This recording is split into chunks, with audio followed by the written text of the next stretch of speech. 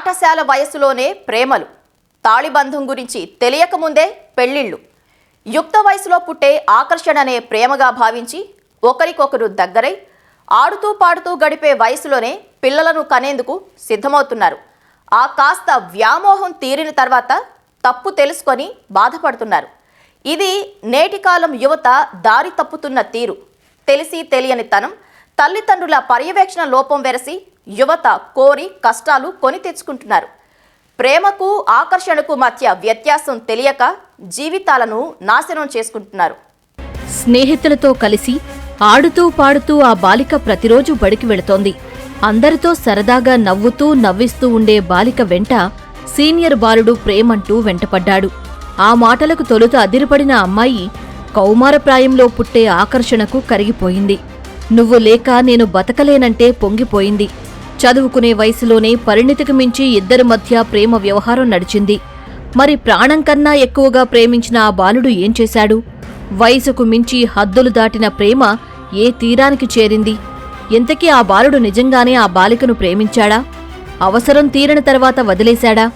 ఇప్పుడు ఆ బాలిక పరిస్థితేంటి?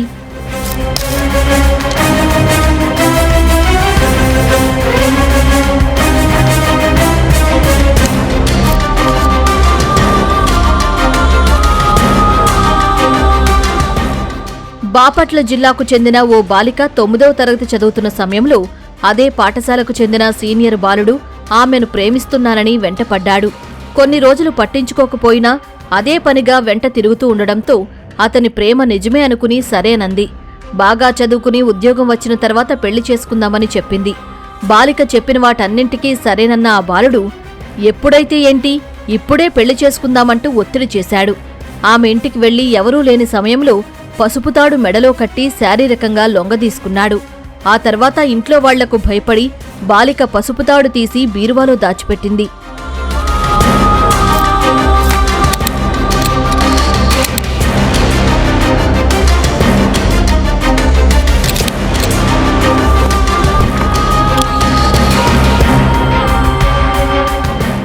కొన్ని రోజులు బాగానే ఉన్న తర్వాత బాలిక గర్భం దాల్చిందని తెలియడంతో మాత్రలు వేసి గర్భ విచ్ఛిన్నం చేసేందుకు ప్రియుడు ప్రయత్నించాడు. దీంతో ఆ బాలిక తీవ్ర అనారోగ్యానికి గురైంది. విషయం తల్లిదండ్రులకు చేరడంతో వైద్యుల సూచన మేరకు అబార్షన్ చేయించారు. అయితే అప్పటినుంచి బాలికకు దూరంగా ఉంటున్న బాలుడు ఆమె నెంబర్ను బ్లాక్ చేశాడు. గ్రామ పెద్దలను ఆశ్రయించగా డబ్బులిప్పిస్తామని, ఆ బాలుడి జోలికి వెళ్లొద్దని చెప్పడంతో బాలిక బావురుమంది. 9th చదువుకుంటున్నప్పుడు నాకు సీనియర్ అయిన ఒక అబ్బాయిని లవ్ చేశాను. తను మా ఇంటికి వచ్చి నా ఇంట్లో నాకు పసుపు తాడు కట్టాడు. అయితే నేను ఎందుకు ఇలా చేసావని నేను అడిగితే, నా మీద నీకు నమ్మకం లేదా, నేను నిన్ను ప్రేమిస్తున్నాను, ఏమైంది కడితే అని కట్టాడు. బలవంతంగా నా మెడలో తాళి కట్టాడు. తరువాత నాకు పీరియడ్స్ రాకపోతే నాకు ప్రెగ్నెన్సీగా ఉందని నేను తనతో చెప్పాను. తను నాకు ఏవో ట్యాబ్లెట్స్ ఎత్తుకొచ్చి ఇచ్చాడు వేసుకోమని. నేను ఆ ట్యాబ్లెట్స్ వేసుకున్నాను. నాకు బాగా బ్లీడింగ్ అవుతుంటే, విపరీతమైన కడుపులు నొప్పి, హెల్త్ ప్రాబ్లంగా ఉంటే నా తల్లి హాస్పిటల్కి తీసుకెళ్ళింది. ప్రెగ్నెన్సీ అబార్షన్ చేశారు. కొన్ని రోజుల తర్వాత నాతో ఫోన్ మాట్లాడటం, మెసేజ్ చేయడం అన్నీ బ్లాక్ చేశాడు. నువ్వంటే నాకు ఇష్టం లేదు, నేను మనసు మార్చుకున్నాను, నీకు నాకు సంబంధం లేదని చెప్పాడు.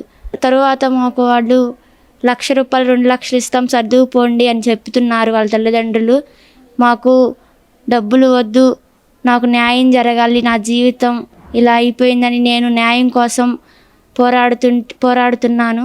తనకు న్యాయం చెయ్యాలంటూ విజయవాడలోని వాసవ్య మహిళా మండలిని బాలిక ఆశ్రయించింది. ఆ అమ్మాయికి ధైర్యం చెప్పిన మహిళా మండలి సభ్యులు ముందు మంచిగా చదువుకుని భవిష్యత్ లక్ష్యం వైపు అడుగులు వేయాల్సిందిగా సూచించారు. అవసరమైన సాయం అందిస్తామని భరోసా కల్పించారు.